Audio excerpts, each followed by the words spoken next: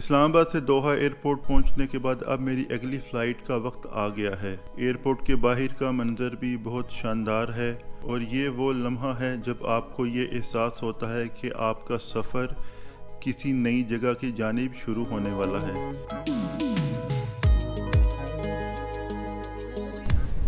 سفر کی جانب روانہ۔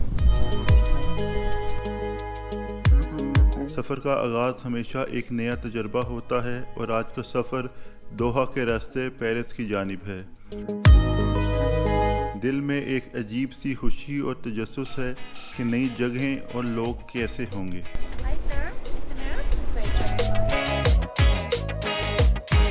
جہاز میں داخل ہوتے ہی آپ کو جو پرسکون اور راحت بخش ماحول ملتا ہے وہ سفر کے آرام دہ ہونے کا احساس دلاتا ہے۔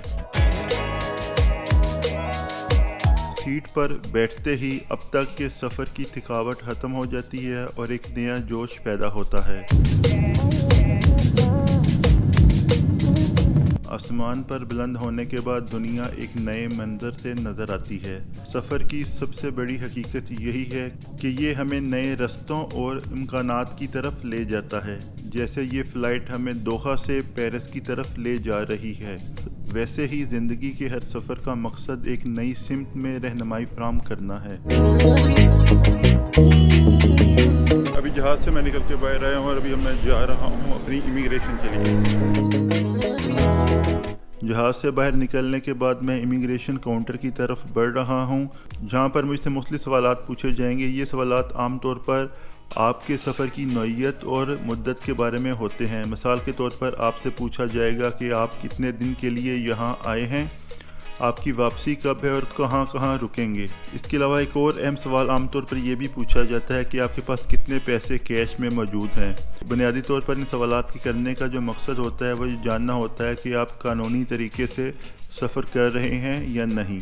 اس کے علاوہ ہر شخص سے اس کے سفر اور پروفائل کے مطابق سوالات کیے جاتے ہیں۔ یہ تمام سوالات ایک معمولی پروسیجر کے تحت کیے جاتے ہیں تاکہ یہ یقینی بنایا جا سکے کہ آپ کا سفر کسی بھی قسم کی مشکلات یا غیر قانونی سرگرمی سے پاک ہو۔ میں پیرس پہنچ چکا ہوں اور پیرس میں میں آج اپنے نئے ٹرپ کا آغاز کر رہا ہوں۔ یہ میرا جو ٹرپ ہے یہ میرا یورپ کا فرسٹ ٹرپ ہے اور یہ 15 دن کے لیے میں یورپ کا ٹرپ کروں گا، جس میں میں 4 مختلف کنٹریز کو ایکسپلور کروں گا۔ تو سب سے پہلے میں پیرس پہنچا ہوں، اس کے بعد میں جاؤں گا ایمسٹرڈیم اور اس کے بعد میں جاؤں گا بارسلونا کے بعد میں جاؤں گا اسٹاک ہوم اور اسٹاک ہوم سے میری واپسی ہوگی پاکستان۔ لیکن سب سے پہلے ہم بات کریں گے پیرس کی، اور پیرس کو ہی ہم سب سے پہلے ایکسپلور کریں گے۔ پیرس کو سٹی آف لائٹس بھی کہا جاتا ہے اور اس کے اندر تاریخ ہے، کلچر ہے اور کھانا ہے، اس کے بارے میں تعریف کی جاتی ہے۔ اور ایک اور چیز جو پیرس کے بارے میں کہا جاتی ہے اور فرانس کے بارے میں کہا جاتی ہے کہ دنیا میں جو سب سے زیادہ ٹورسٹ جس شہر میں آتے ہیں وہ پیرس ہے۔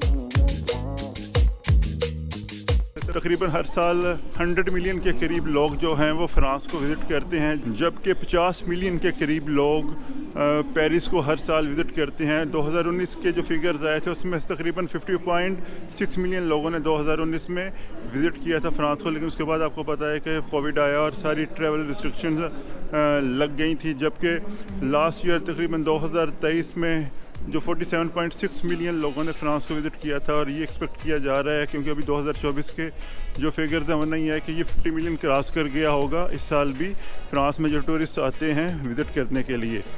تو ابھی میں پیرس آیا ہوں اور پیرس کو ایکسپلور کروں گا اور آپ کو بھی دکھاؤں گا کہ کیا جو پرسیپشن ہوتی ہے کہ ویسے ہی جب آپ چیزوں کو دیکھتے ہیں حقیقت میں ویسے ہی ہوتی ہیں، اور یہ بھی دیکھیں گے کہ what makes Paris a magical city.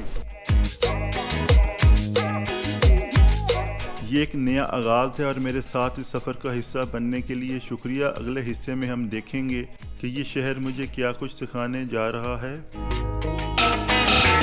اگر آپ اس چینل کا حصہ بننا چاہتے ہیں تو میری ویڈیوز کو لائک کریں اور میرے چینل کو فالو کریں۔